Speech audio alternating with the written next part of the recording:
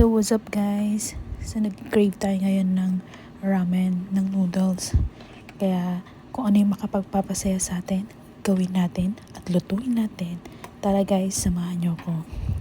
Ayan guys, nagpakulo ako ng tubig. Saka ko nilagay yung mushroom. Inuna ko siya para mas maluto.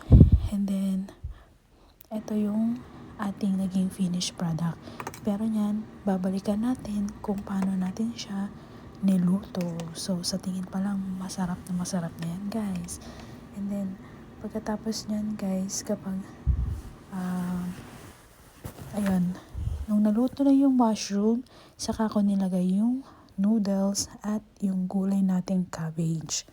And guys, saka ko ilagay yung seasoning niya, which is spicy tong iluluto natin. Ayan guys, luto na siya at nilagay ko na siya sa container. So guys, kakain na po ako. And that's it for today's vlog guys. Thank you! And God bless us all guys. Bye-bye!